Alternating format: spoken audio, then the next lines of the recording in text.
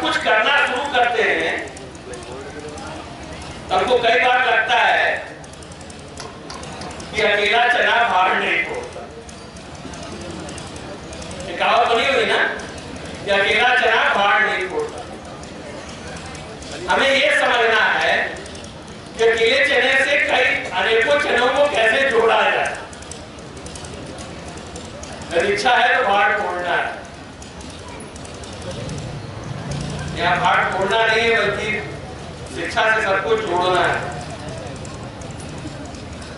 इसको समझने के लिए कुछ चित्र बने हुए हैं, अभी समझ में नहीं आएगा। ये थोड़ा नया शब्द है लेकिन बहुत महत्वपूर्ण शब्द है। इतना महत्वपूर्ण शब्द है कि कहीं मुझे वार्ता करनी होती है और मेरे पास आधा घंटे का समय होता है तो मैं किसी बिंदु पे बात नहीं करता कि और इस पे बात करता।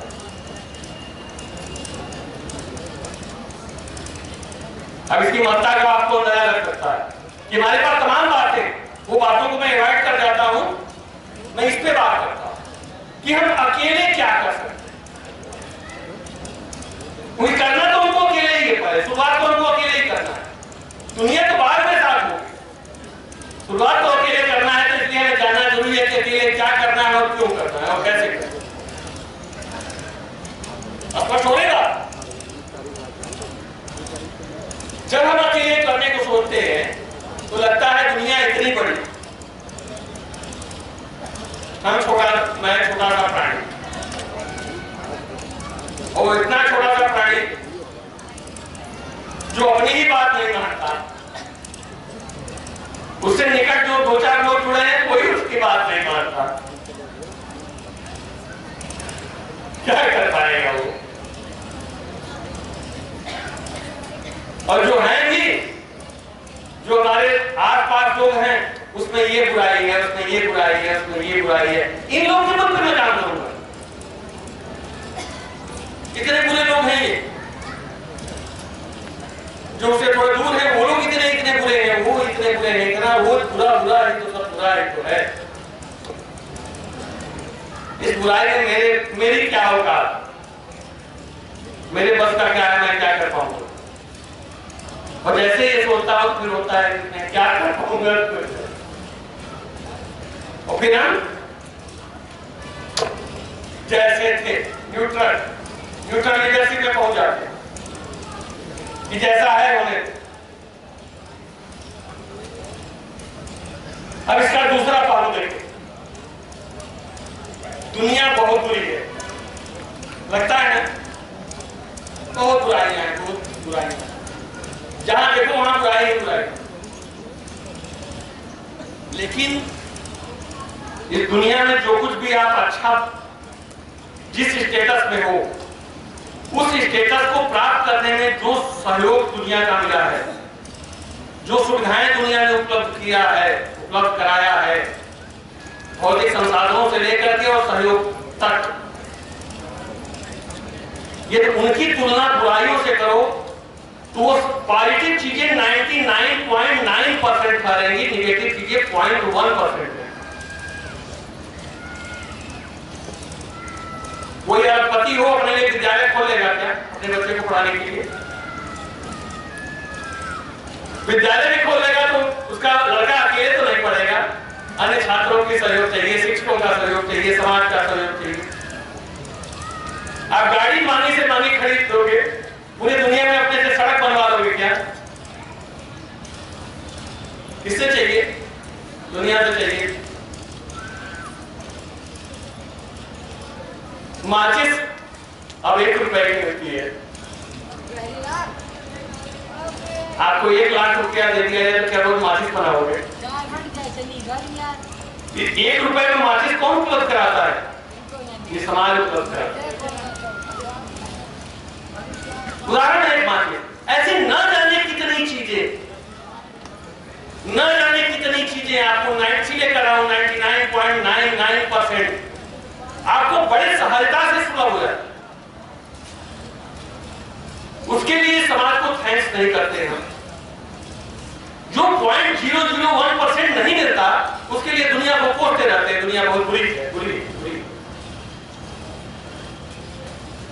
और जब कोसते रहते हैं तो जो करते हैं वो भी करने का उत्साह खत्म।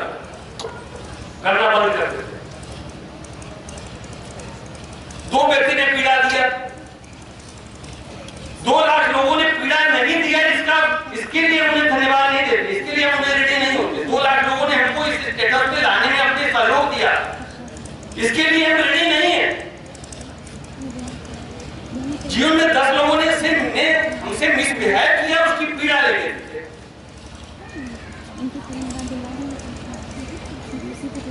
हमारे पड़ोसी ने 100 पड़ोसियों ने हमारे लिए अच्छा किया, उसके लिए उनके लिए अच्छा नहीं करते।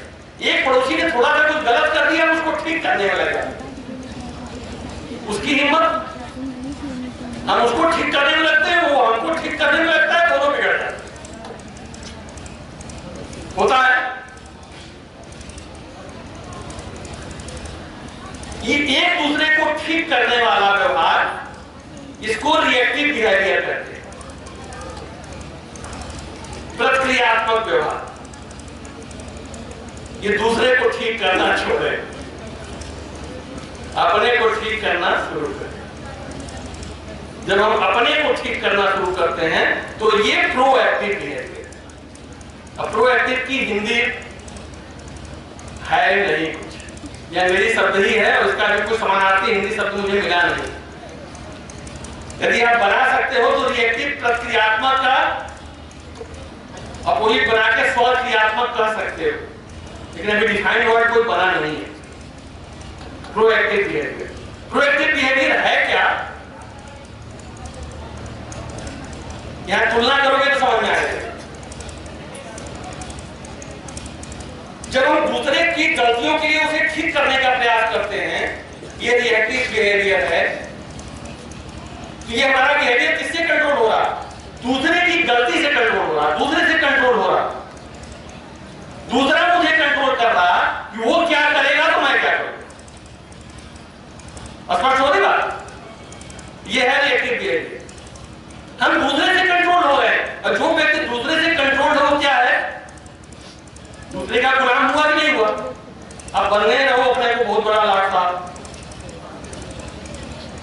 आप समझ रहे हो कि वो मैं उसको ठीक कर रहा हूं, वास्तव में वो आपको खराब कर रहा है, आप उससे खराब हो रहे। ये है रिएक्टिव बिहेवियर का परिणाम, कंट्रोल बाय अदर्स। जबकि प्रोएक्टिव बिहेवियर क्या है? स्वक्रियात्मक व्यवहार, कंट्रोल बाय सेल्फ। वो क्या कर रहा है कोई फर्क नहीं, मुझे क्या करना है कि मेरे द्वारा डिसाइड। आप मुझे आके गाली दे जाओ, मैं किसी को गाली नहीं दूंगा। ये मैंने अपना सिद्धांत निश्चित कर लिया कि मुझे गाली नहीं दे। अब आपकी गाली देने से, आपके द्वारा मेरी निंदा करने से मेरा सम्मान इतना कमजोर नहीं है जो आपकी गाली और आपके अपमान या आपकी प्रशंसा पे निर्भर। मेरा सम्मान मेरे दायित्व निर्वहन पर निर्भर करता है। आप मेरी प्रशंसा करो तो, आप मुझे गाली दो तो, आप मेरी निंदा करो तो, जो मैं हूं वही रहूं। बल्कि यदि आपके गाली के बदले में मैं आपको गाली देने लगा तो आप तो बुरे थे ही, मैं भी बुरा हो। उसमें सोचो कि वो तो बुरा है, कम से कम मुझे बुरा नहीं। वो तो गिरा हुआ है, कम से कम मुझे उस स्तर पर नहीं गिरना। मैं गिर नहीं सकता उसका, छोड़ो, नहीं जानता, परवाह ही ना करो। अब ये रिएक्टिव बिहेवियर बंद होना शुरू। प्रोएक्टिव बिहेवियर मतलब अपना कार्य मुझे क्या करना है ये आप डिसाइड करो, दूसरे से कंट्रोल नहीं होगा। जो दूसरे से कंट्रोल होगा वो अनप्लान्ड होगा। अभी हम करने कुछ और चल रहे थे, आके एक ने मुझे कुछ टेढ़ा बोल दिया, मुझसे भिड़ गए। अब मैं क्या करने वाला था भूल गया, पहले उससे निपटने में लगे। अनप्लान्ड वर्क कर रहे हैं। एक ने हमारी प्रशंसा कर दी, हम उसमें लगे, अरे अच्छा बात कर रहा है, अरे प्रशंसा करे निंदा करे तो छोड़ो, जो अपना काम करना है डिसाइड करो प्लान। जब प्लान करते हो तो ये proactive behaviour. Proactive behaviour goal oriented होता है, रिएक्टिव बिहेवियर हर क्षण डाइवर्ट होने की चांस है। अभी कोई आ गया कुछ हो गया, अभी कोई आ गया कुछ करने लगे, कोई कुछ आ गया कुछ करने लगे, कोई आ गया चलो पिक्चर देखने चलते हैं, पिक्चर देखने चल दिए, कोई आ गया लगा गाना सुनाने तो उसका गाना सुनने लगे, दूसरे आपको नचा रहे हैं, आप बंदर की तरह। आपकी डोर दूसरे के हाथ में है, अपनी डोर अपने हाथ में दो। मुझे आज क्या क्या करना है कि अपने निश्चित करो।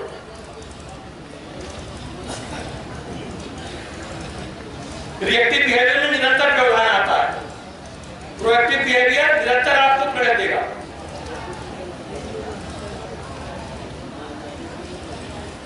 रिएक्टिव बिहेवियर से धीरे धीरे आपकी क्षमताएं कम होने लगी।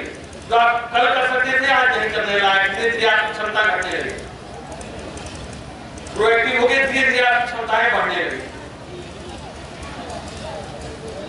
रिएक्टिव बिहेवियर जीने वाला व्यक्ति, प्रत्यात्मक व्यवहार जीने वाला व्यक्ति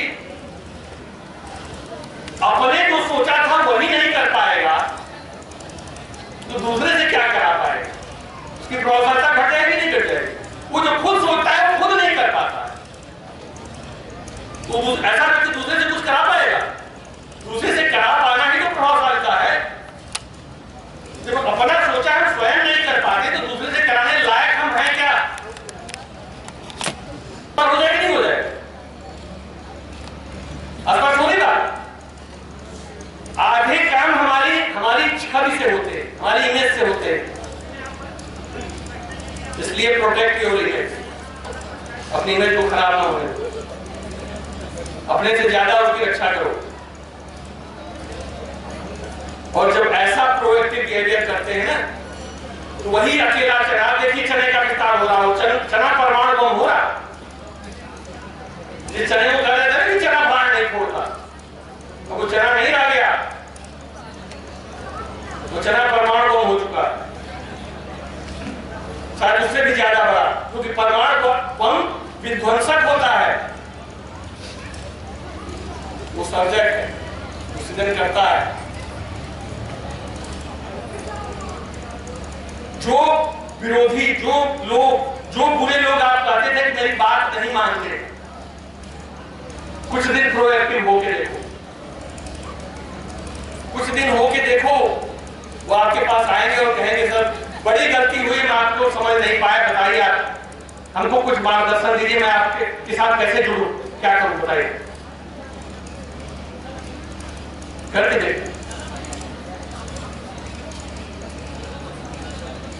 अब यह कि पहले कुछ करना पड़ेगा, ऐसे हवा में नहीं होगा।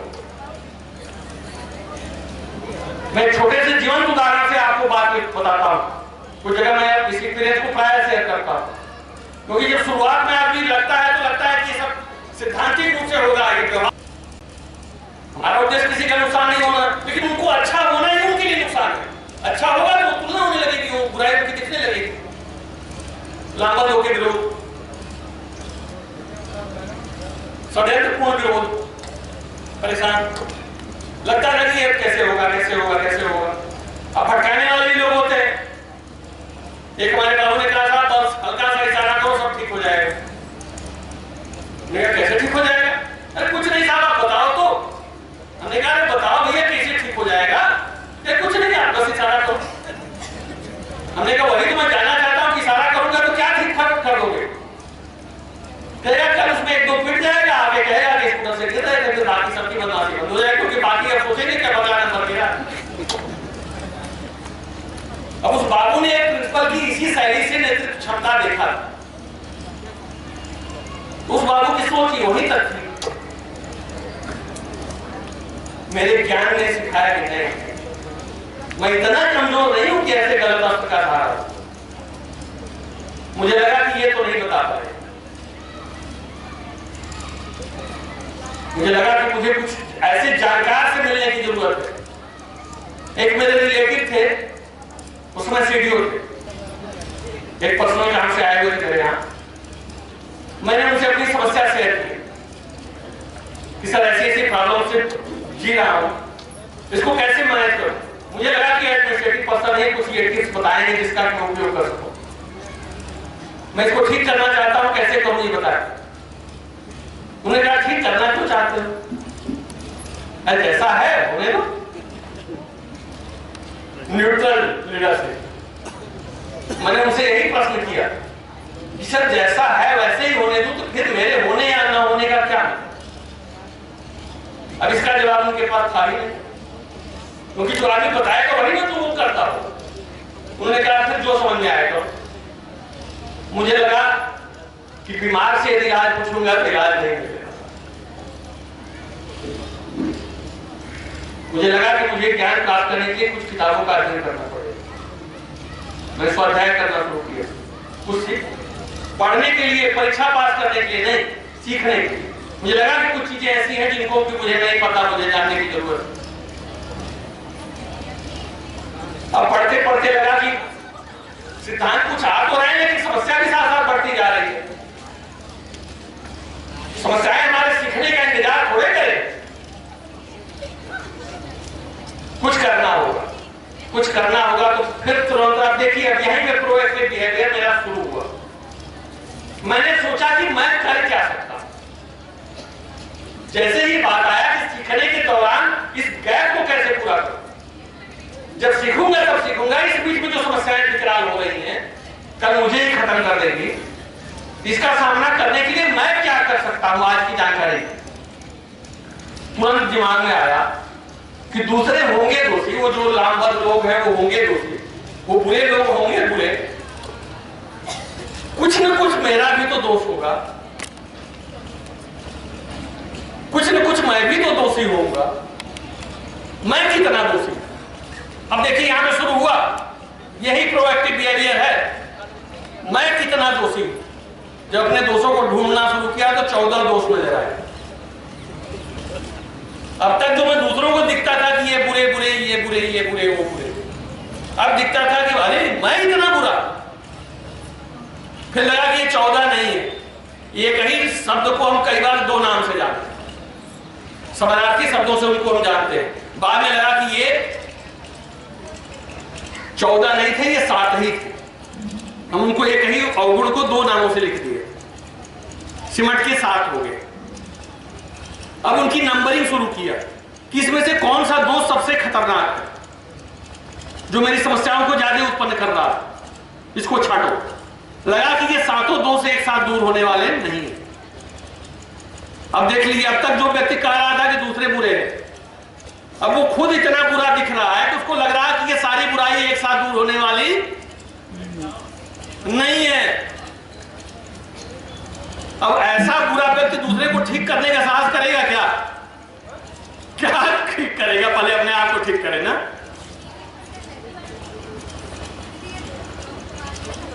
अब लगा कि ये 7 तो दोष दूर नहीं हो सकते, इसमें नंबर 1 वाले को दूर करना है।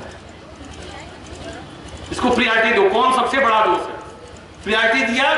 और जो नंबर 1 को छांटा, वो छांटने की प्रक्रिया में ही संकल्प बन गया कि इसको दूर करूंगा। तो बड़ी मेहनत से छांटा हूं इसको, ये दूर करूंगा, ये मुझे बर्बाद कर रहा है, ये मेरा शत्रु है।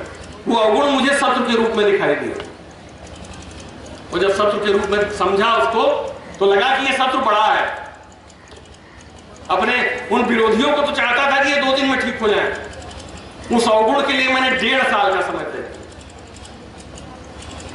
वह बेताब व्यक्ति जो कि अपनी समस्याओं को दूर करने के लिए निरंतर लगभग 20,000 की किताबें खरीदा था। स्वाध्याय की ये गति थी कि लखनऊ से सुल्तानपुर पहुंचने में 3 घंटे ट्रेन से लगता था। ट्रेन 3 घंटे में 200 पेज की किताब पढ़ जाता। वह व्यक्ति उस अवगुण को दूर करने के लिए 1.5 साल का संकल्प लिया। यह होता है सुधार की प्रक्रिया। और ले लिया और किसी से बताया भी नहीं, प्रयोग शुरू।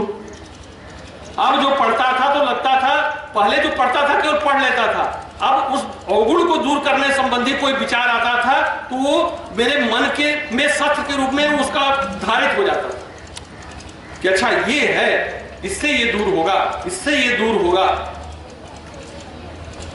अब उस शत्रु को मारने के लिए मैं विचारों का शस्त्र समेटने लगा, विचारों के शस्त्र इकट्ठे करने लगा, क्योंकि मुझे उस शत्रु को मारना था।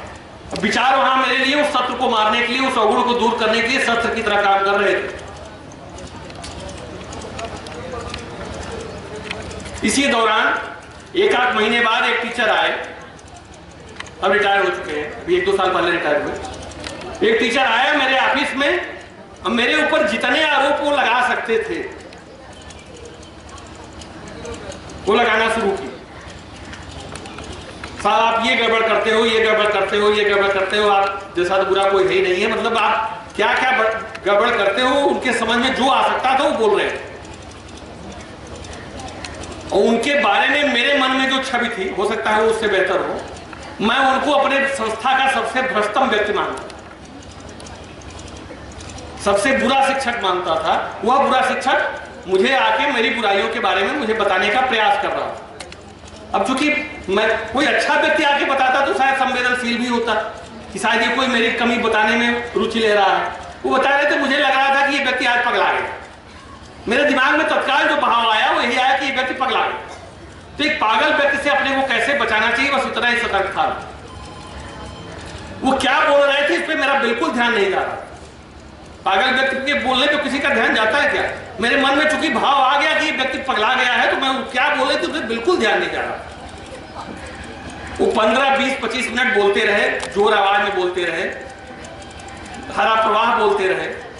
चूंकि मैं कोई प्रतिक्रिया नहीं कर रहा था, देखिए कोई प्रतिक्रिया नहीं कर रहा था, बोलते बोलते बोलते अब वो थक रहे थे, क्रोध में बोल रहे थे और पूरा जोश में चिल्ला रहे थे। बोलते बोलते उनको जोर से खांसी है। जब खांसी आई तो बड़ी सहज अभिव्यक्ति मुझसे निकली, इतना जोर से बोलना आपके स्वास्थ्य के लिए अच्छा नहीं। अब मेरे इस कमेंट की उन्हें मैंने कोई जानबूझ के व्यंग नहीं कहा, बड़ी सहज सी भाव आई उनको खांसते देख के। मुझे लगा ये जोर से बोलने से ही खांसी आई है। बड़ी सहज से अभिव्यक्ति दिया, इतनी जोर से बोलना आपके स्वास्थ्य के लिए अच्छा नहीं है। और ये मेरा वक्तव्य, मेरा ये कथन उनके लिए जैसे कि ब्रह्मास्त्र की तरह काम किया। उनकी बोलती पर वो पैर पटकते बाहर। उसके बाद में लगभग 4 साल रहा, कभी मेरी बुराई नहीं किया उस व्यक्ति ने। मेरे प्रबल समर्थक बने, अपनी तमाम बुराइयों को उन्होंने छोड़ दिया। जो उनकी बुराइयों के जाल में सहयोगी लोग थे, वो अपने उस षड्यंत्र के लिए कभी उनसे मिलते थे तो कहते थे कि मैंने अब ये सब काम छोड़ दिया।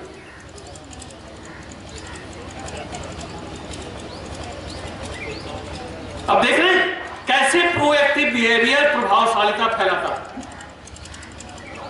मैंने कोई प्रयास नहीं किया, ये उस व्यवहार का परिणाम है, मेरा परिणाम नहीं है। ये जो करेगा उसे मिलेगा। आपका जो दायित्व है उसका निर्वहन करो। कल जो आज जो आपको जानता नहीं है, मानता नहीं है, जो आपका विरोधी है, कल वो आपको मानना, जानना, आपका अनुसरण करना, आपका सहयोग करना, आपका समर्थन करना शुरू कर दे। यही तो हम चाहते हैं। जो हमें करना है वो करो, जो दूसरे करते हैं उस कारण से कुछ ना करो। स्पष्ट हो रही बात?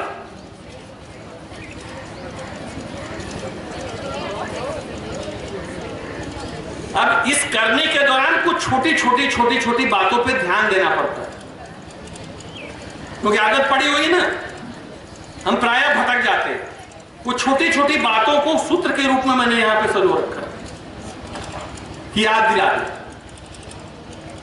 आप कुछ सोच रहे होंगे वो कौन सा दोष सर ने क्या ढूंढा था।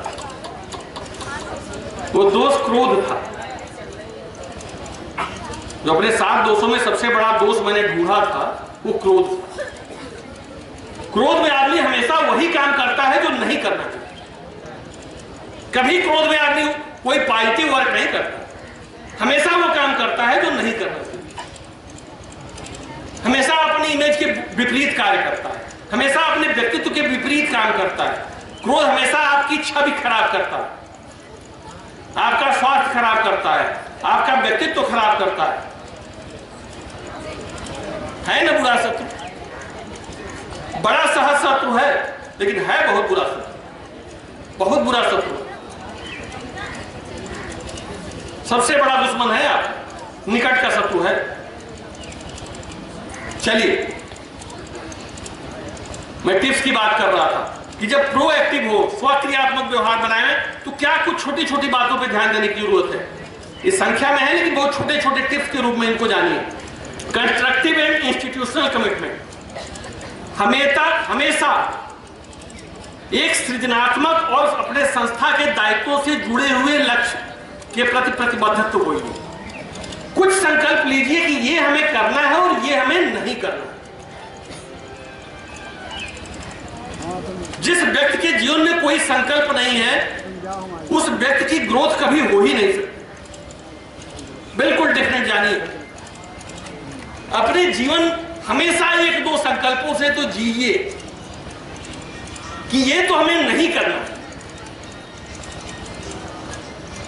अब सपोज की बात है कि मैं शराब नहीं पीता हूं। एक उदाहरण की बात बता, मैं शराब नहीं पीता हूं और हमारे कुछ मित्र शराब पीते हो और मेरी बाध्यता हो, व्यवस्था हो कि मैं उनके साथ बैठा हूं और किसी पार्टी में वो पी रहे हैं, दूसरे की पार्टी है, उसमें मैं भी इनवाइटेड हूं, वो भी इनवाइटेड। वो सब पीने के आदि है, मैं एकदम कभी नहीं पीने का आदि, मैंने कभी पिया भी नहीं। कहते हैं यार कुछ नहीं, 1/10 गिलास ले लो, गिलास का 1/10 वो 2 चम्मच ले लो ना, क्या फर्क पड़ता है। देखो हम तो 1 गिलास 2 गिलास 3 गिलास पी रहे हैं। दवा वो बताएगा, दवा जैसे मिल लो।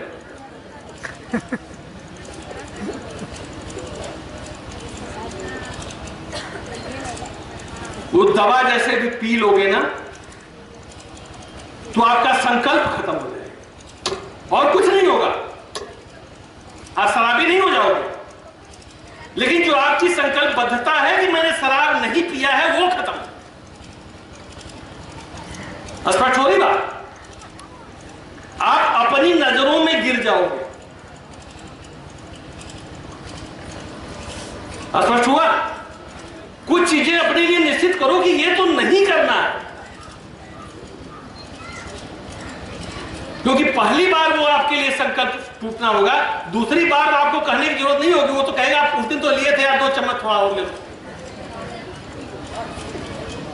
एक उदाहरण की, ऐसे ही हम धीरे धीरे गिरते हैं, ऐसे ही हमारे अंदर धीरे धीरे दुर्गुण आते हैं और ऐसे ही धीरे धीरे सद्गुण भी आते हैं। सद्गुणों के प्रति संकल्पबद्ध होइए कि रोज मैं थोड़ी देर 6 घंटा रोज पहले नहीं पढ़ाता था, मैं कम से कम 1 घंटा तो जरूर पढ़ाऊंगा। 1 घंटा मैं पूरे मन से पढ़ाऊंगा। हमारे कुछ शिक्षक कहते हैं साहब, हाँ आप यदि रोज लगता है कि मैं काम के बोझ में दबा हुआ मैं तो बिल्कुल नहीं पढ़ाता। अक्सर शिक्षकों से बात होती है तो कहते हैं सारी सूचना बनाओ, ये करो वो करो, क्या करो कैसे करो, सब काम तो हमें ही करना है, कैसे करो। मान लिया हम कोई उसके लिए आपको ये नहीं कहने जा रहे कि क्या काम है, कितना काम है। मान लिया बहुत काम है आपके पास, 1 घंटे के लिए आपके पास समय होगा, 6 घंटे में 1 घंटे के लायक समय होगा कि नहीं होगा? कोई शिक्षक ऐसा है जो उसके पास 1 घंटे के भी दिन भर में समय नहीं है? कोई है? कोई नहीं होगा ना। न्यूनतम 1 घंटे तो होगा ही। संकल्पबद्ध हो जाओ कि 1 घंटे पूरे मन से पढ़ो, 1 घंटे तो जरूर पूरे मन से पढ़ाओ, होल हार्टेडली पूरा। इस नियम को कभी नहीं तोड़ूंगा। यदि स्कूल गया तो 1 घंटे पढ़ाओ। वह 1 घंटा ना आपका शिक्षण शैक्षिक जीवन बदल देगा। उस 1 घंटे का आनंद आपको कल अगले दिन नहीं तो अगले हफ्ते नहीं तो अगले महीने आपको 1.5 घंटे पढ़ाने के लिए बाध्य कर देगा। तो आपकी सूचनाएं उससे पहले आसान तरीके से बनने लगेगी। हकीकत है कि हम लोग काम करते नहीं है, काम के बोझ में दबे हुए होते हैं। ये मैं तुलना करता हूं अपने कंपटीशन की तैयारी वाले जीवन से। तो 6 साल तक मैं तैयारी करता रहा, लेक्चरर बनने की बात बता रहा हूं। एमएससी करने के तुरंत बाद मैं बायोलॉजी लेक्चरर हो गया। 6 साल तक मैं तैयारी करता रहा, कहीं सफल नहीं हुआ। कुछ प्रेरणाओं की वजह से संकल्पबद्ध हुआ कि नहीं मुझे इसी साल सफलता हासिल करनी है। संकल्पबद्ध हुआ, केवल इतना संकल्पबद्ध हुआ कि मुझे सफलता इस साल हासिल करनी है। इस साल सफल नहीं हुआ तो अगले साल इम्तिहान ही नहीं दूंगा। अब इतना बड़ा संकल्प। इस साल यदि नहीं क्वालिफाई किया तो अगला फॉर्म ही नहीं भरूंगा। जीवन भर परीक्षा देने के लिए हूं क्या? बस बहुत हो गई। और जब ऐसा हुआ, अब चेंज जानते हैं क्या हुआ? तब दिखा चेंज कि पहले सब काम करके पढ़ भी लेता, अब पढ़ाई करके सब काम कर। बिल्कुल मैं वही था, मेरे काम वही थे, मेरी पढ़ाई वही थी। अंतर क्यों लिया आया कि पहले सब काम से फुर्सत मिलती थी तो पढ़ भी लेता, अब पढ़ाई से फुर्सत निकाल के सब काम कर लिए। आप क्यों एटीट्यूड चेंज करो कि नहीं मुझे ये तो करना ही है, मैं इसी के लिए हूं। ये सूचनाएं नहीं भी बनेंगी तो क्या बिगड़ने वाला है? थोड़ा देर से बन जाएंगे, थोड़ा घर में बता देंगे, थोड़ा जैसे भी होगा करेंगे जल्दी। थोड़ा सा बहुत अच्छी राइटिंग नहीं बनेगी, थोड़ा खराब बन जाएगी। लेकिन ये बच्चे खराब हो जाएंगे तो ये कभी नहीं बनने वाले। हमारे नहीं पढ़ाने से ये बच्चा स्कूल छोड़ देगा तो फिर कहीं स्कूल नहीं जाने वाला है। इसका जीवन बिगड़ गया तो इसके नाते इसके सारे माँ बाप की अपेक्षाएं भी खत्म होगी और इसके अगले पीढ़ी की भी अपेक्षाएं खत्म हो जाएंगी।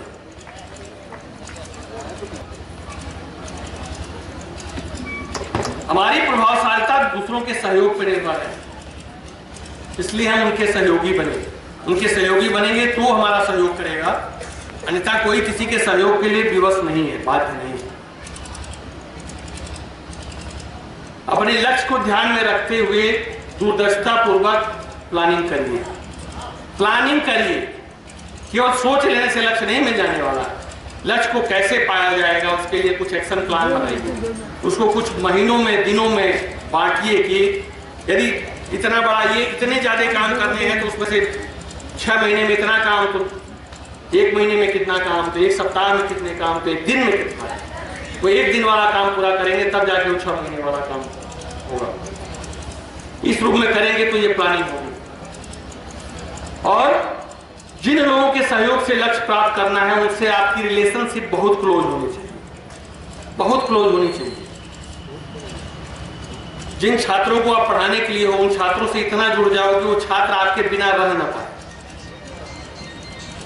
इसलिए मैं कहता हूं शिक्षकों से कि छात्रों के साथ खेलो, प्राथमिक विद्यालय में स्पेशली खेलो। खेलने से अधिक बहुत जल्दी आसानी से आप क्लोज होते उन बच्चों के साथ। खेलोगे तो खेलते खेलते आप न जाने कितनी क्या क्या सिखा जाओगे और क्या क्या सीख जाओगे। सिखा नहीं जाओगे, उनसे क्या क्या सीख जाओगे आपको खेलने में पता चलेगा। मुझे तो लगता है कि हम बच्चों के साथ खेलते हैं तो सिखाते कम है, सीखते जाते हैं। हम क्या क्या सिखाया जाता है वो पता नहीं लगता और बच्चा बहुत कुछ सीख जाता है। अपना व्यवहार इस रूप में बनाइए, इस रूप में आदर्श बनाइए कि दूसरे प्रेम। आदमी कार्य से ज्यादा सीखता है, वक्तव्य से कम। दूसरे को हमेशा पॉजिटिवली वैल्यूएट करेंगे। किसी व्यक्ति में कुछ दुर्गुण हो सकते हैं लेकिन आप ध्यान दोगे तो सद्गुण ज्यादा है। केवल ध्यान देने की जरूरत है। हमें दुर्गुण दिखाई देते हैं इसलिए कि वो कष्टदायक होते हैं।